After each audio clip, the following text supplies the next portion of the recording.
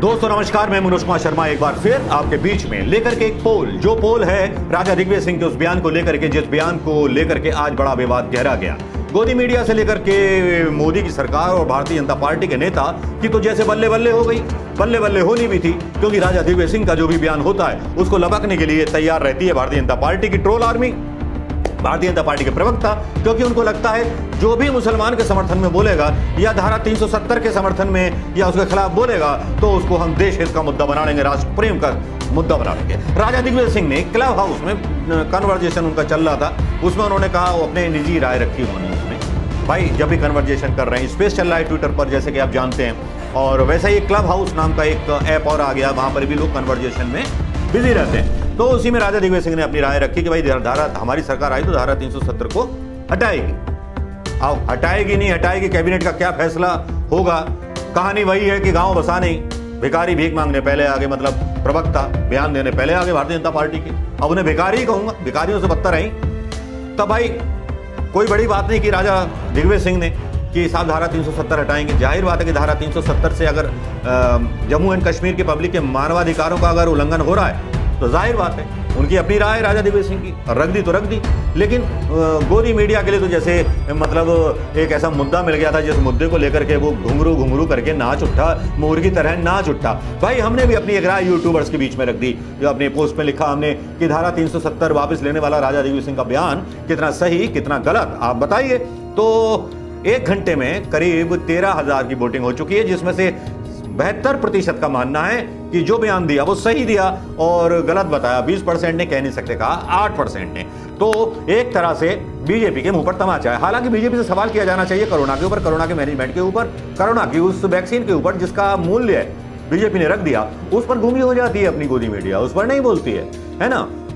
Gas के दाम बढ़ गए, उस पर हमारी गोदी मीडिया बोलती नहीं है, जो जरूरी चीजें है ना। अब जो भाई गरीब आदमी थे, गरीब आदमी समझते हैं ना, उज्ज्वला बहन जी याद होंगी ना, उज्ज्वला के नाम पर जितने सिलेंडर बांटे थे, अब 900 रुपए का सिलेंडर भैया कहां से लेगी वो गरीब मजदूर की बीवी या गरीब मजदूर कहां से ले लेगा।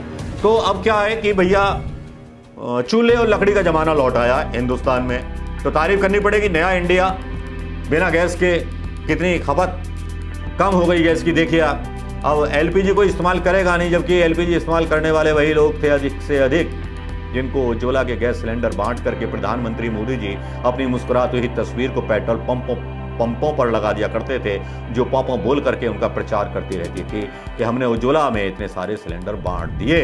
अब उतने सारे सिलेंडरों को कैसे भरवाएं गरीब लोग भैया, क्योंकि अब धंधा पानी तो खत्म हो गया ना गरीब का, तो गरीब कहां से भरवाएगा, मारा गया ना गरीब। लेकिन धारा 370 पर बहस होना बहुत जरूरी है। धारा 370 नहीं होगी तो भारतीय जनता पार्टी का खाना नहीं पचेगा, क्योंकि धारा 370 जो था वो मुद्दा था जहां पैदा हुए श्यामा मुखर्जी, वो कश्मीर हमारा है।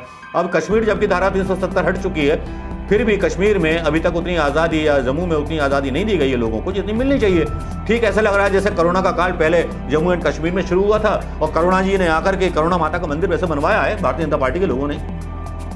तो करुणा मतलब आकर के बिल्कुल वही फीलिंग दे रहा है जम्मू एंड कश्मीर वाली, सारे हिंदुस्तानियों को जैसी फीलिंग जम्मू एंड कश्मीर में जब रही होगी, जब धारा 370 हटाई गई होगी, सेना का इंप्लीमेंट किया गया होगा।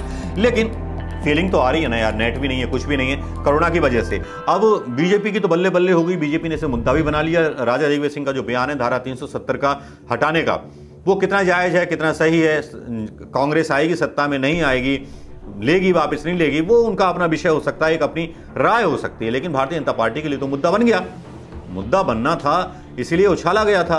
और कुछ लोगों की राय थी सोशल मीडिया पर, राजा दिग्विजय सिंह ने मदद कर दी एक बार फिर ऐसा बयान दे करके। अब मेरी बात समझ में नहीं आती, जो लोग अपने आप को कांग्रेस समर्थक कहते हैं, अगर नेता कोई बात कह देता है तो फिर पीछे क्यों हट जाते हैं। अरे यार कह दिया तो कह दिया भाई, कहने को तो प्रधानमंत्री मोदी ने भी 15 लाख का जुमला बोल दिया था, लेकिन वो डटे रहे कि मैंने बोला तो सही है। भले अमित शाह ने बोल दिया हो कि जुमला था, बोल दिया, क्या हो गया। तो कांग्रेस के ही कुछ नेता मतलब देखते रहते हैं, क्या बोल दिया यार, मतलब क्या, ऐसा नहीं बोलना भाई। या तो राजनीति छोड़ दीजिए, राजनीति करना है तो थोड़ा सा बिंदासपन होना चाहिए। बोलना अगर आता है तो बोलने में बिंदासपन होना चाहिए। जैसे कि अमीश देवगन को, समित पात्रा को कटर छाप और ये इस तरह बोला है तो बिंदास बोला करो ना यार। राजा दिग्विजय सिंह ने बोला तो बिंदास बोला है, तो उसमें इधर उधर झांकने की क्या जरूरत है, छुपने की क्या जरूरत है। बोला है तो बोला है, दिग्विजय सिंह ने बोला है तो सीधी बात है कि हाँ धारा 370 वापस होगी। तो भारतीय जनता पार्टी अगर मुद्दा बना रही तो बनाए, लेकिन भारतीय जनता पार्टी ये भी क्लियर करे कि धारा 370 बाकी की स्टेट से हटेगी कि नहीं हटेगी। जम्मू एंड कश्मीर से अगर धारा 370 हट सकती है तो हिमाचल में जो राज्यों में धारा का प्रावधान है, मतलब उत्तर पूर्व में, साउथ मतलब नॉर्थ ईस्ट में जो धारा 370 का प्रावधान है, सिक्किम, नागालैंड अकॉर्ड के बारे में प्रधानमंत्री मोदी और भारतीय जनता पार्टी के लोग क्या बोलेंगे भाई, उस पर भी तो मीडिया को पूछना चाहिए ना कि वो अलग से झंडा क्यों बना दिया गया है नागालैंड का, है ना। ये बात तो किसी ने पूछी नहीं। हाँ, लक्षद्वीप पर और याद आया भाई, लक्षद्वीप पर यह बात याद आई कि एक वहाँ की हीरोइन है लक्षद्वीप की, बहुत प्यारी सी खूबसूरत सी नादान सी, उनका नाम है, सेडिशन केस लग गया, फिल्म मेकर है, calling Lakshadweep administration bio weapon during TV debate. नाम है उनका आयशा सुल्ताना। आयशा सुल्ताना ने ऐसा क्या कह दिया कि भैया उन पर देशद्रोह का मुकदमा लग गया।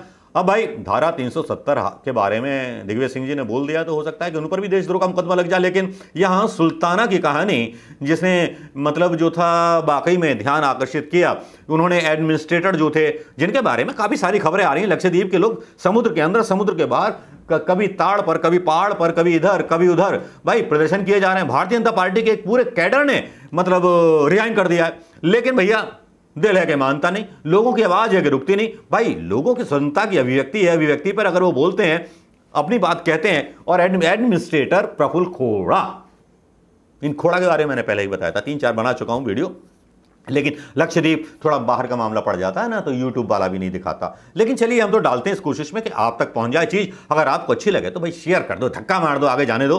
तो सुल्ताना का बयान था, उन्होंने कहा एक मतलब टीवी डिबेट में कह दिया उन्होंने कि एडमिनिस्ट्रेशन जो हैं बायो वेपन का काम कर रहे हैं। उन्होंने उनको ये बोला, बायो वेपन होता है जैविक हथियार। जैविक हथियार क्या होता है कि वो एक वायरस वगैरह बीमारी फैला देता है और मानव जाति, समाज, संस्कार को नष्ट कर देता है। तो कुछ इसी तरह का उनका मंतव्य रहा था सुल्ताना का। तो सुल्ताना पर जो था भैया सीधे सीधे गद्दारी का केस ठोक दिया, क्योंकि जो रेगुलेशंस लगाए हैं खोड़ा साहब ने वो तो आपको पता है ना कि ज़्यादा बच्चे पैदा मत करो, गुंडा एक्ट ले आओ, ये कर लो, वो कर लो, ढिमकाना कर लो। मतलब हिंदुस्तान की सारी हिंदुस्तानियत और देशभक्ति वहीं लक्षद्वीप में ही कर डालो जहाँ पर 97% मुसलमान हैं। ये साबित करने के लिए यूपी चुनाव में कि वहाँ 97% मुसलमान थे, हमने देखो साहब ऐसा कर दिया। तो यार एक छोटा सा मोहल्ला भी होता है ना, छोटे से मोहल्ले में छोटा सा भी घर होता है ना, तो उसकी आज़ादी की कीमत होती है। अगर आप उसके घर में उसके बीवी बच्चे क्या कर रहे हैं, बीवी बच्चे क्या खाएंगे, क्या पहनेंगे, क्या ओढ़ेंगे, क्या बोलेंगे, अगर ये गांव का सरपंच तय करने लगा तो फिर यार देश में रहने का या उस गांव में रहने का क्या मतलब है। अब धारा 370 पर आप क्या सोचते हैं दिग्विजय सिंह के बयान पर, बताइएगा ज़रूर दोस्तों। और सुल्ताना जी पर जो गद्दारी का चार्ज लगा है, देशद्रोह का चार्ज लगा है, उस पर आपका क्या कहना है। तो comment fast, share fast. Thank you दोस्तों।